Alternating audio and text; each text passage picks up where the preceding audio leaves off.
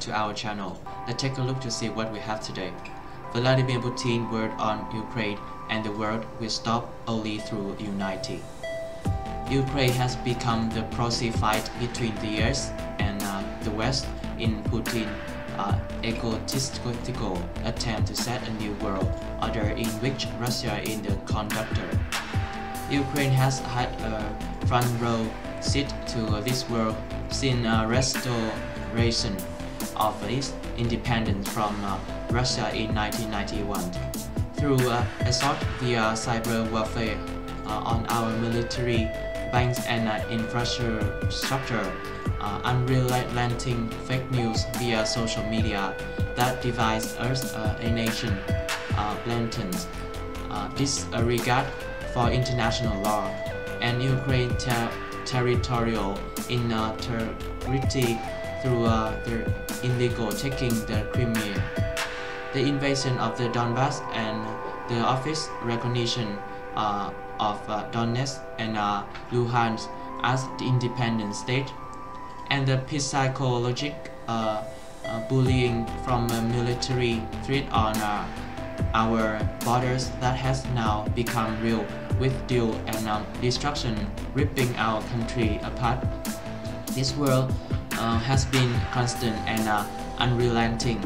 What happened Thursday with the invasion of Ukraine is not a new world but escalation of the world.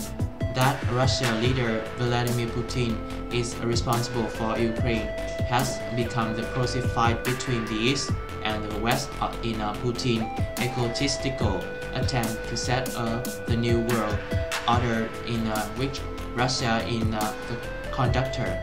Make no mistake, this world has been and will continue to be a world of global consequence.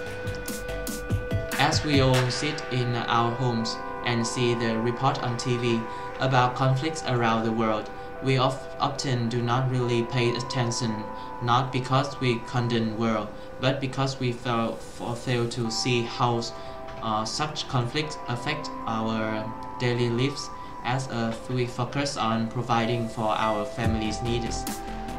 But the war between Ukraine and Russia, especially now that it has escalated, is not playing out only on our television. It will affect the daily lives of every person around the globe. This world will disrupt supply chains, the global economy, stock market, COVID recovery, travel. Even more than that, it will send a message to the rest of the world about how other countries can act. If you allow a bully to control the sandbox, then he will look to grow his sandbox. If you allow an authoritarian brute who thrives on creating global conflict to go unchecked, he will simply become a bigger brute, searching for more food than that provided by Ukraine. This is why the world should care. Putin has never respected democracy and rule of law. Putin has never respected human dignity or right. Putin's goal is simple: to restore the former Soviet Union, and at whatever cost. And his declaration of relationship with China, that no limit, should also be a wake-up call to all the world. This is a relationship of two authoritarian regimes controlled by two men whose only interest seems to be their personal legacy, not to welfare of their citizens. Two people who condone genocide, imperialism, world instability, and economic blackmail. If Putin goes unchecked, there is little doubt that other bad actors, including China and Iran, will test the limits of the reach of democratic nation. This is not a world solely about NATO or EU. Integration of Ukraine is a world about the evil of authoritarianism and a possibility of a new world order, one based not on good but on evil. Faced with these realities, what can be done to bring an end to this daily assault on our sovereignty and democracy? What should be done to ensure the stability of the world? First, we must rid the world of authoritarianism. Our fight is not a fight against Russia and Russian people. It is a fight against Putin and an authoritarian system and of government that keep the Russian people in economic social bondage. Second, we must be strong economically, strong military, and strong through togetherness.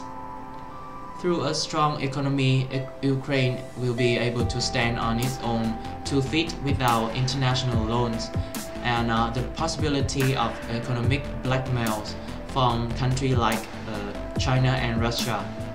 When all Ukrainians have a good quality of life from strong economy, we will be strong against any force, domestic or foreign. This is our first line of defense. Through a strong military, we can stop physical aggression from external force. As of today, our military is fighting with the heart and soul of a gladiator. And for that I am proud, but Ukraine must immediately invest in their best equipment, in the best cybersecurity, in the best intelligence, and most important, in the troops and their families who are willing to make their ultimate sacrifice for our country. We owe a lot to our allies for having built a strong military, which is our second line of defense. Our ultimate line of defense is a strong togetherness, one where we are inclusive and not divided. Where those in government put the people ahead of their own self-interest, where they talk about inclusion and not division, where they show our adversaries that no matter our political, social, and economic difference, we can come together in times of crisis, and so that Ukraine's territorial integrity and is absolute and not negotiable. This togetherness is not just about Ukraine, it is about the world. For the Bible tells us that a house divided will fall, and history is filled with examples of the truth. Let us now not let Putin use global division to make Ukraine the next example. With democracy falling the authoritarianism, only together can the lead of a democratic nation bring not just an end to this world in Ukraine, but also an end to the cancer of Putin and authoritarianism in the world. This is the end of our news. Follow us to update the news about tensions between Russia and Ukraine. So please share, like, and subscribe for our channel. Have a good day and see you next time.